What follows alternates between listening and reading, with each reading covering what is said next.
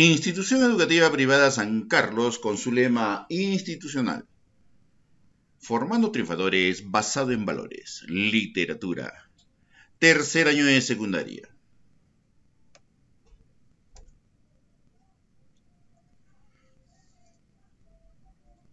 Tengan un buen día, estudiantes sancarlinos. Dios los bendiga e ilumine. Hoy día vamos a desarrollar el módulo 8, tema 1, Jorge Luis Borges y Alejo Carpentier.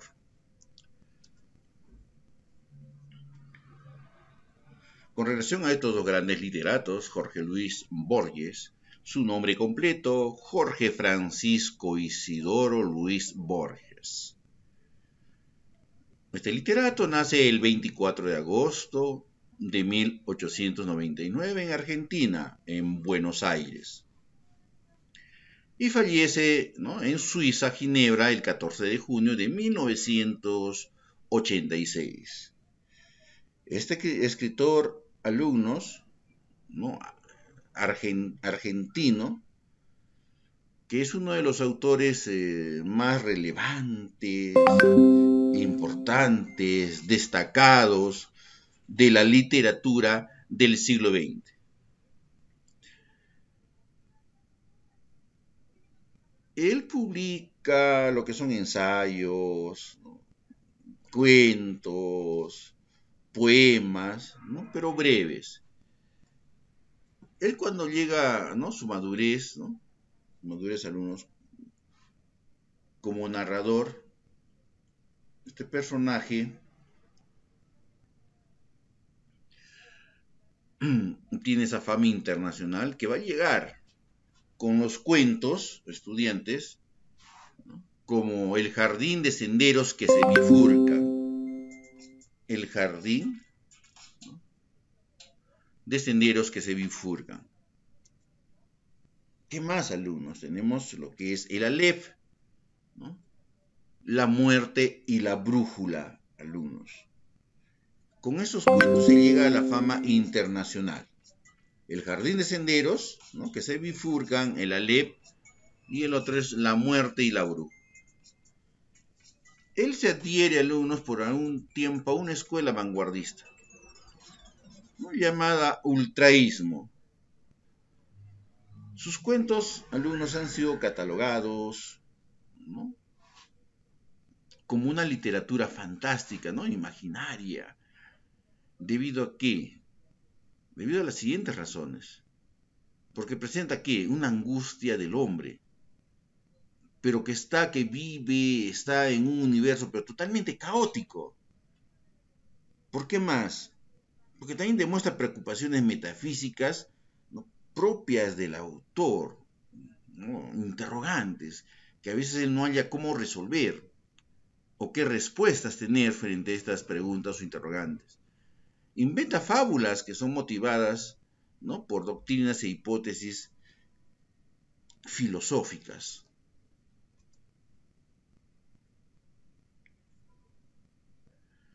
Hay la personificación de símbolos, las ideas encarnadas en seres imaginarios que son creados por él. Y hay una presentación del tiempo cíclico, que es una combinación de las líneas del tiempo cíclico, todo da vueltas. Empieza en un lugar, avanza y llega a ese lugar para luego de nuevo empezar estudiantes. En cuanto a lo que son sus obras, estudiantes, en la cual tenemos lo que son ensayos, Inquisiciones en el año de 1925, El tamaño de la esperanza, año 1926, El idioma de los argentinos, año 1928, Evaristo Carriego, año 1930, Historia de la eternidad, año 1936. Los aspectos de la literatura gauchesca, año 1950, Atlas, año 1985. En cuanto a lo que es poesía, tiene Los ritmos rojos, año 1918, Fervor de Buenos Aires en el año de 1923, Luna de enfrente, año 1925, Cuaderno San Martín, año 1929, El Hacedor, 1960, Elogio de la Sombra, 1969, Los Conjurados en el año de 1985. En cuanto a lo que son cuentos, ¿no?, el género narrativo, tenemos Historia Universal de la Infamia, año 1935, Ficciones, año 1944, El Alep, 1949, El Informe de Brody, año 1970, El Libro de Arena, 1975, La Memoria de Shakespeare, año 1983. Ahora ustedes abran su libro virtual en la página 21 para una lectura sobre el jardín de senderos que se bifurcan, alumnos. Que esto es un cuento con la cual él ha llegado, ¿no?, a la fama internacional. No solamente con este cuento, también hemos visto lo que es el Alep, ¿no?, que tenemos aquí en la narrativa en el año de 1949, y La Muerte, ¿no?, y La Brújula. En este caso vamos a dar lectura al jardín de senderos que se bifurcan. ¿Listos? Cuento 3, 1, 2, 3. Bien, empezamos entonces con Ángel Anconeira, por favor. Sí, profesor. Puedes empezar ese argumento del jardín de senderos que se bifurcan. Das inicio con antes de exhumar esta carta. Ya, profesor. Antes de exhumar esta carta, yo me había preguntado de qué manera un libro puede ser infinito. No conjeturé otro procedimiento que el del volumen cíclico, circular, un volumen cuya última página fuera idéntica a la primera, con posibilidad de continuar indefinidamente. Y Jutsu, espía y protagonista de la historia, debe cumplir una misión para los oficiales alemanes. En realidad a él no le importa este país bárbaro que lo ha obligado al espionaje. Acosado por el implacable capitán Richard Madden, un irlandés a la orden de Inglaterra que fue acusado de traidor y busca ahora compensar su error con la captura de los agentes del Imperio Alemán. Hasta ahí. Continúe Diego Senti. Diego Senti. No se encuentra. Siento mucho. No, sí me encuentro. ¿Y? Sí, profesor. Entonces estás demorando mucho, Diego, ¿eh? Sí, por favor. Era el portador de El la orden. alemán. Sí. Era el portador de la orden de arresto del espía prusiano Víctor Runeberg, a quien hirió de muerte en defensa propia. Huye buscando al sabio sinólogo Stephen Albert, con un propósito que solo se revela al final. Yu Sun encuentra la dirección de la casa de Albert en la guía telefónica. Este vive en suburbio de Fenton, específicamente en la aldea de Ashgrove. A media hora en tren, apenas se cierra la puerta del tren, ve a Madden corriendo hacia el ferrocarril en la estación. Lo ha estado siguiendo y casi lo atrapa, pero no logra alcanzar el tren. Técnicamente, Yu Sun puede huir, pues el tren sale cada 40 minutos. Ya está ahí. ¿Y Manol?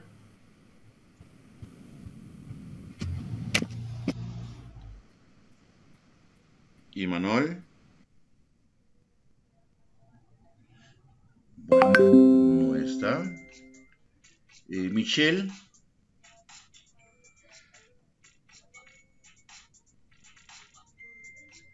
Michelle, ¿me escucha? Ah, tampoco está Michelle. Nayeli. Una vez, se quedan 40 minutos, ¿no, profesor? Correcto, hija. Empiezas con una vez en Asgrove.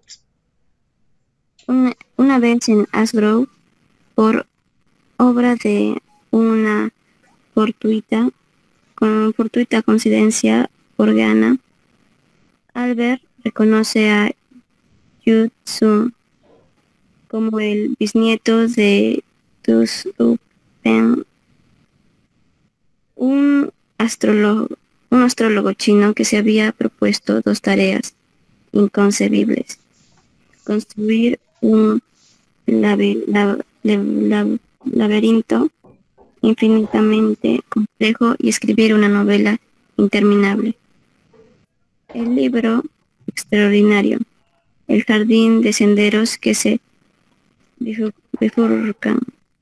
Después de su muerte se pensó que había fracasado por cuanto la existencia del laberinto no estaba clara y la novela no solo estaba incompleta, sino que resultaba absurda e incoherente. Por ejemplo, algunos personajes morían y reaparecían en capítulos posteriores. Para sorpresa de Yu-Tsun, Albert le revela que ha descubierto el secreto de la enigmática novela. El libro es el laberinto y el laberinto no es espacial, sino temporal. Espacial, hasta ahí nomás. Nayeli. Fernanda, continúe. Sí, profesor. El jardín es la imagen incompleta. El jardín es la imagen incompleta del universo como la concebida de Shakespeare, pero Yu-Tsun tiene el problema de Naide, que está por entrar a detenerlo, y decide obrar con su plan: matar al sinólogo para que la noticia salga en los periódicos, y de este modo su jefe, que está en Berlín, no sabe de la muerte de Runeberg ni el destino de Yu-Tsun.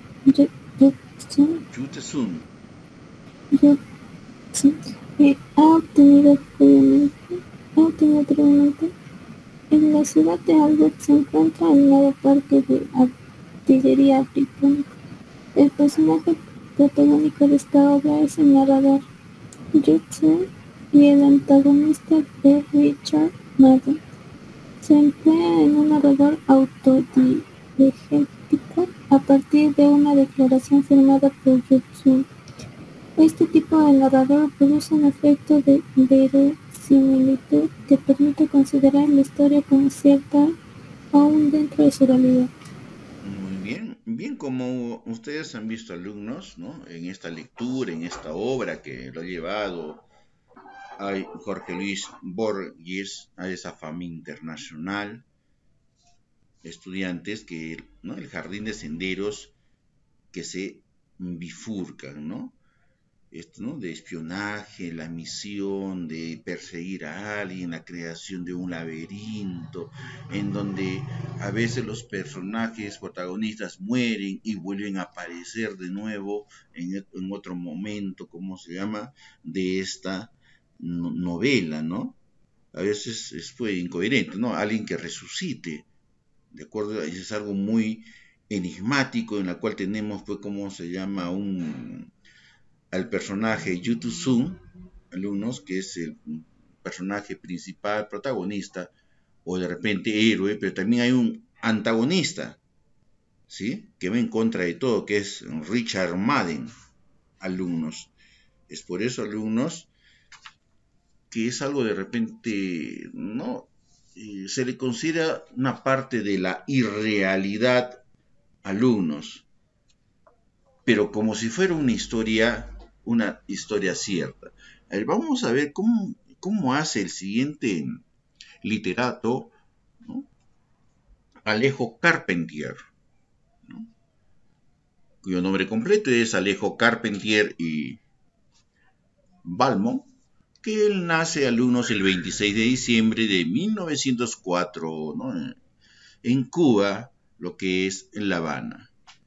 Él ha sido un narrador, un novelista cubano, que él ha influido bastante en la literatura latinoamericana, alumnos, sobre todo en lo que es en el boom latinoamericano, ¿no? Recuerden a esos literatos casi de la misma edad, que estudian también en la misma universidad, que corresponden a ese tiempo que es el boom latinoamericano. Ahora, la crítica, ¿no? Alejo Carpentier lo considera como uno de los escritores pues, primordiales del siglo XX, pero en lengua castellana. También alumno como un artífice. ¿De qué? De una renovación, o sea, el cambio que le ha dado a la literatura latinoamericana. Porque él tiene un estilo, ¿no? En diversas dimensiones, la imaginación que él utiliza para recrear, ¿qué va a recrear? La realidad, alumnos.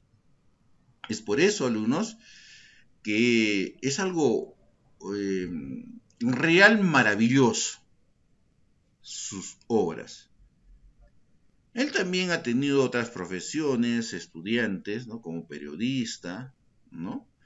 Que lo ha hecho durante todo casi el trayecto de toda su vida. Ha sido musicólogo, ha realizado investigaciones, ¿no? Y organizaciones de música y concierto, alumnos. Pero su fama la ha alcanzado, alumnos, a través de ¿qué? No de periodista y de musicólogo, sino a su actividad literaria.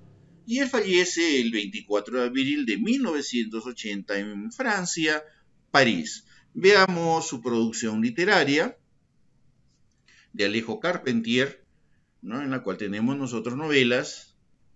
Tenemos Ecueyambao, en 1933, El reino de este mundo, año 1949, Los pasos perdidos en el año de 1953.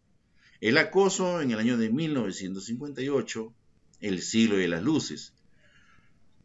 Año 1962, Concierto barroco en el año de 1974. El recurso del método, año 1974. La consagración de la primavera, año 1978. El arpa y la sombra, año 1978. Veamos el argumento de Los pasos perdidos. Y continuamos nos quedamos en Fernanda. Jessica. Sí, profesor. De lectura a Los pasos perdidos, con un musicólogo de origen cubano. Un musicólogo de origen cubano se ha instalado en Nueva York. El hastío que siente al volver del teatro donde su mujer actúa invade hace mucho también sus relaciones matrimoniales, inmersas en la rutina y carentes ya de amor. El personaje relata la historia a modo de un diario, cuando se queda solo por un tiempo, pues su esposa debió partir a otra parte del país y él, aburrido de su trabajo como publicista, dispone de unas semanas de vacaciones. Casualmente encuentra a un viejo amigo, quien lo induce a continuar sus investigaciones sobre el origen mimético de la música y a viajar por América para estudiar la música de los pueblos primitivos. La universidad le ha hecho una atractiva propuesta en ese sentido. ¿Hasta ahí? Jessica. Noemí, gracias. Mouche, Noemí. Sí, profesor. Continúa, hija. Mouche, amante del narrador, una astróloga irresponsable, le propone aceptar el encargo de la universidad e irse luego en viaje de placer al trópico. Para cubrirse, sugiere falsificar los instrumentos musicales primitivos para entregarlos después como prueba de la pesquisa. Él acepta la proposición de la universidad y se va a América del Sur con su amante. La ciudad a donde llegan está sumida en una guerra civil que los obliga a estar encerrados todo el tiempo. Entonces siguen su camino hacia la selva del sur, identificada con el área del Alto Orinoco, en Venezuela, para cumplir el compromiso contraído con la universidad. Durante el trayecto, en un pueblecito al borde de la selva, el protagonista conoce a Rosario, mestiza que lo cautiva y le hará rechazar a Mouch, quien regresa a Nueva York. Hasta ahí. Hija. Jefferson. Paralelo a su largo y accidentado viaje, que llega hasta Santa Mónica de los Venados, compartiendo la vida primitiva de los habitantes del lugar, el protagonista realiza mentalmente un viaje agresivo a través del tiempo, mediante el cual razona acerca de las constantes entre Contrastes. la civilización y la vida elemental del hombre en sus inicios. Se remonta al romanticismo, luego al renacimiento, después a la antigüedad clásica, de ahí a la edad de piedra, hasta llegar al mismo Dios antes de la creación. El viaje por parajes selváticos comienza después de la estancia en un albergue cuyo hombre los recuerdos del porvenir remite la ambivalencia del viajero, situado entre dos culturas con las cuales se siente comprometido. Por un lado, prefiere a Rosario y a su gente, por el otro, necesita la civilización de donde proviene. Hasta ahí. Michelle, continúa. Sí, profesor. Su gran hallazgo musical es el Treno del Hechicero, un canto funerario de los indios de la selva que solo puede escucharse en ocasiones excepcionales. Vuelve a Nueva York, de donde piensa traer lápiz y papel suficientes con que plasmar la impresionante música, pero sobre todo porque quiere divorciarse de Ruth, su esposa, y dar cuenta de sus descubrimientos a la universidad para después regresar a la selva. Mientras tanto, su esposa abandona el teatro y lo acompaña constantemente. Él ha prometido a un periódico la entrega del reportaje de su viaje, porque pretende regresar junto a Rosario y dejar a Ruth protegida económicamente. Hasta ahí. ¿Quién no ha leído acá? Diego Senti. Diego Senti.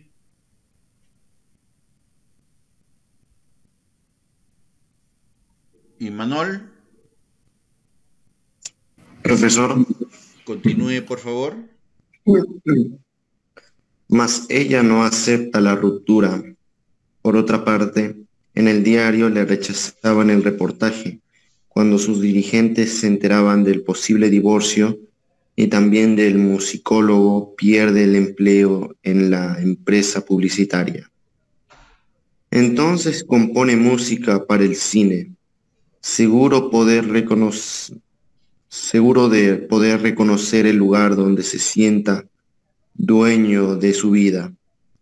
Regresa a América del Sur, pues en Santa Mónica de los Venados, mientras estoy con los ojos abiertos, mis horas me pertenecen. Soy dueño de mis pasos y los afinco donde quiero. Una vez en el sur, busca las señales que dejó en su primer viaje. Recoge una y otra vez la Maraña. impenetrable de la selva. Pero el río crecido ha cubierto las pistas y no puede encontrarlas. Ahí. Arturo. Arturo.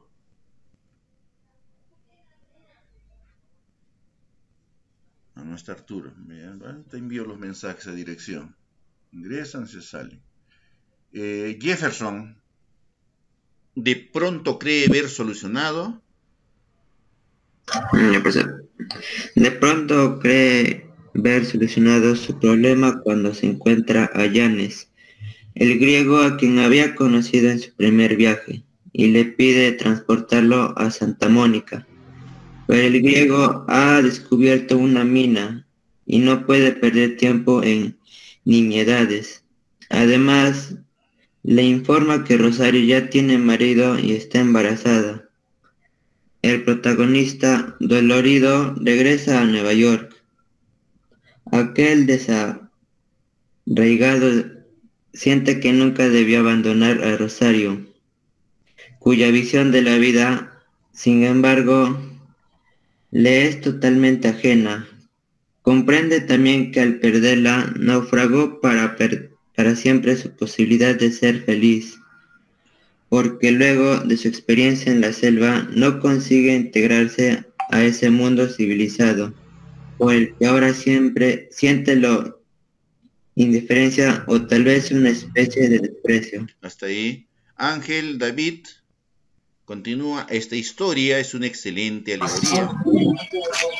Esta historia es una excelente alegoría de la separación cultural existente entre dos mundos, al parecer irreconciliables, haciendo ver el contraste entre la vida en las grandes metrópolis modernas y la selvática. El músico de raíces hispanas es un desarraigado en Nueva York, pero lo es también en Santa Mónica, donde no podría crear la obra que ha soñado. En esa dualidad de sus ambiciones, en la divergencia geográfica de sus anhelos personales y preferenciales, está su tragedia. Hasta ahí. Continúe. Nayeli.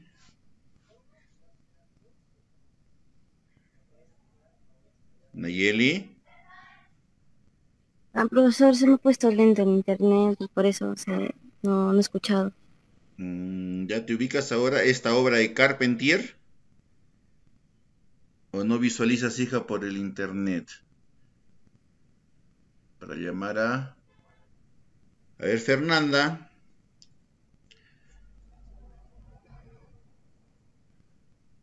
Disculpe, profesor, también se me estaba pegando un poco. Sí, está fallando un poco, hija, sí, no creas, yo también estoy un poquito antes que, como estoy grabando, se borre después todo. Bien, a ver, ¿me escuchan entonces? Esta obra de Alejo Carpentier, alumnos, es un homenaje a la naturaleza y culturas latinoamericanas.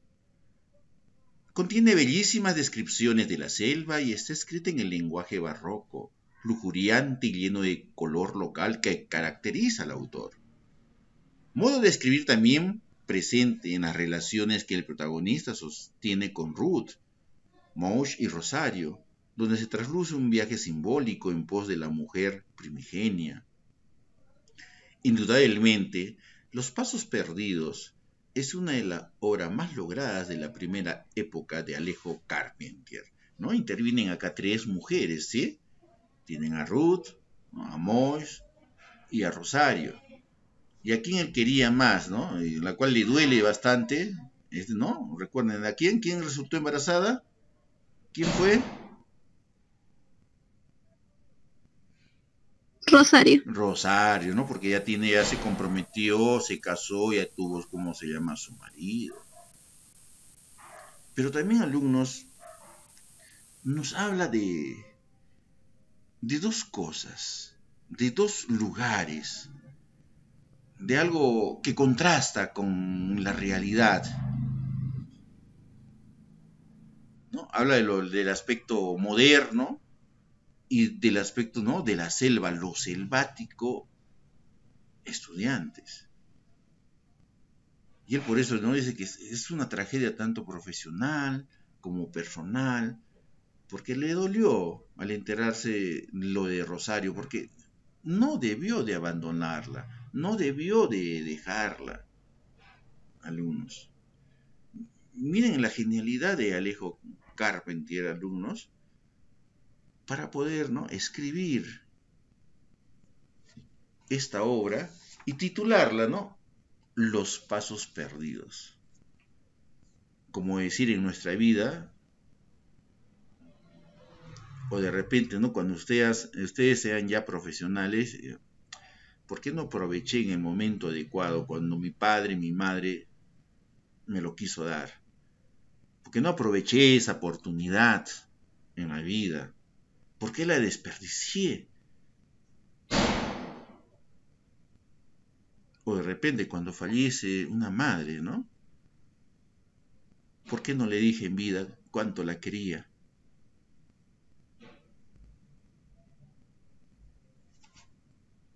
Entre comillas, alumnos, interrogantes, reflexión. Ahora sí, dejen el espacio correspondiente para lo que es su organizador visual, estudiantes, para que puedan dar ustedes, alumnos, su examen diario número 5.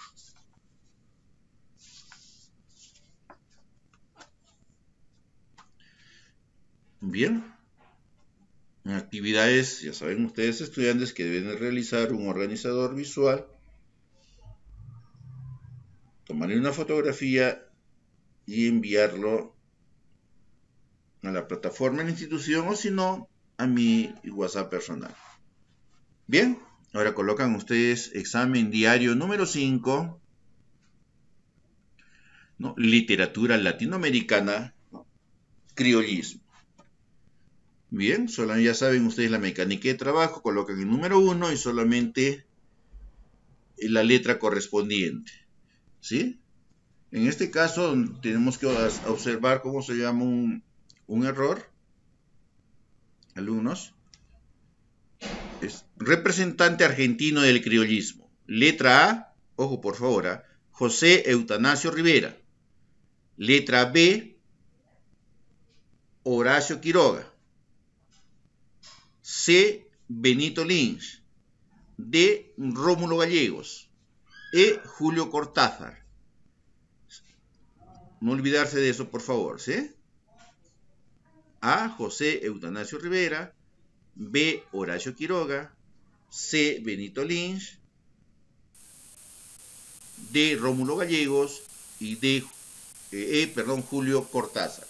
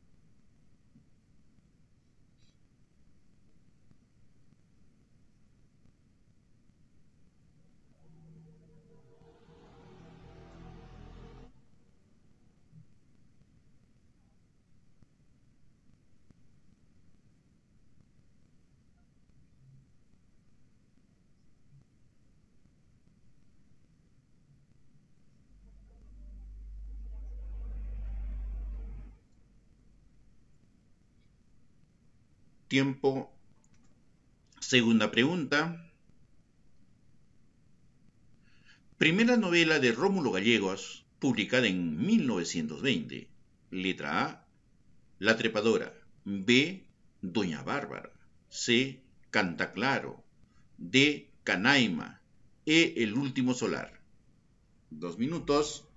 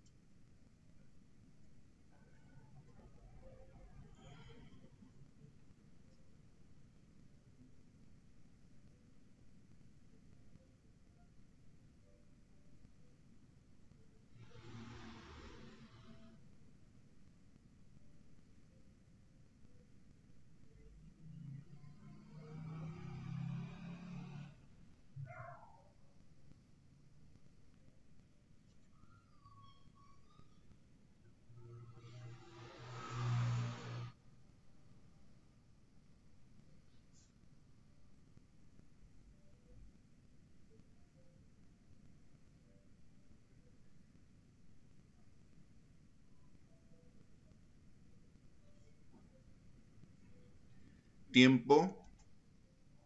Pregunta número 3. Autor del regionalismo que fue elegido presidente de su país en 1948. A, Ricardo Giraldes. B, Jorge Isaacs. C, Eustacio Rivera. D, Rómulo Gallegos. E, Mariano Azuela. 2 minutos.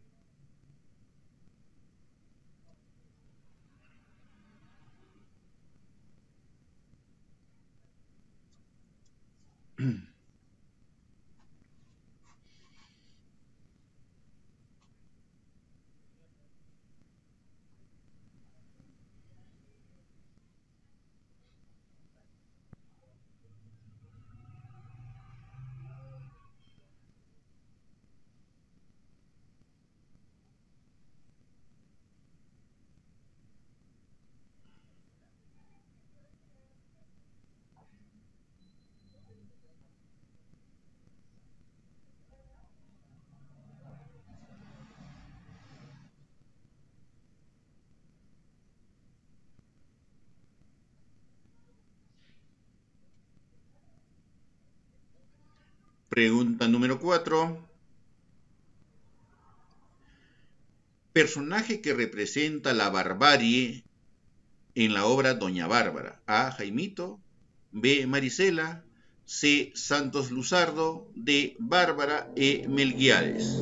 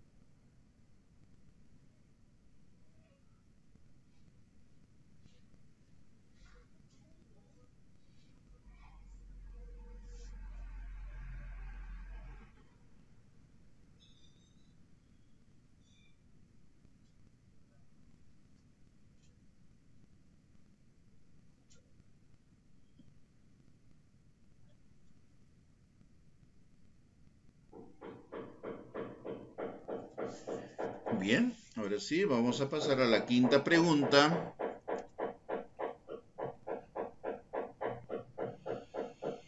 Personaje de la obra Doña Bárbara que representa la civilización. A. Doña Bárbara. B. Marisela. C. Antonio. D. Ño Pernalate. E. Santos Luzardo.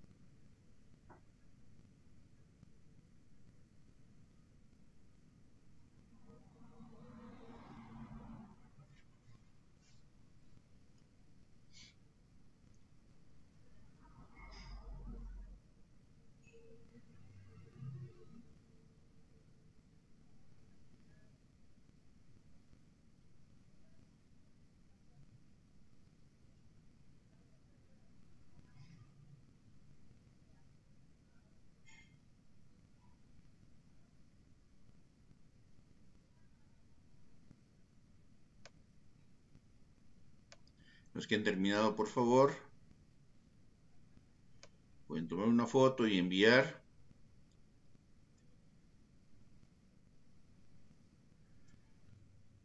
Diego Senti, ¿me escucha? Sí, profesor. ¿Por qué recién ahora, hijo? Te he llamado como 4 o 5 veces. Señor Arturo, igual No, forma. En la primera sí le contesté, solo que me había perdido la página y me estaba demorando buscando. Pero hay que avisar, pues, hijo. Igual tu compañera Michelle me mandó un mensaje, profesor, voy a salir un ratito urgente y regreso. Y al momento de regresar igualito también me mandó la respuesta. Profesor, ya estoy ingresando. ¿Dónde está por el respeto? ¿Qué les enseñan en casa? Que habla con la señora secretaria del colegio para que hable con sus padres. Tanto de Arturo más también. Todas las clases vienen a hacer casi lo mismo, y los dos.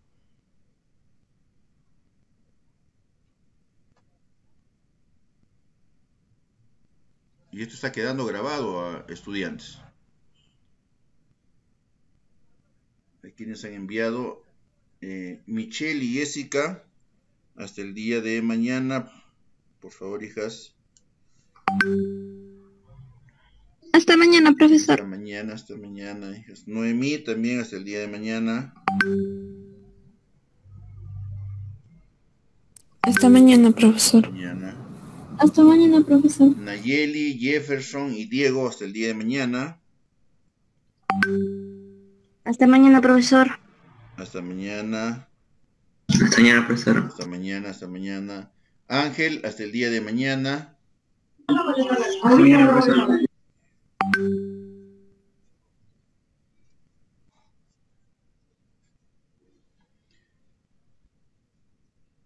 Profesor, le hago un... Fernanda y Manol. Arturo hasta el día de mañana. Ya le llevo. Hasta luego, profesor. Hasta luego, profesor. hasta luego. Chao, profesor. Hasta luego.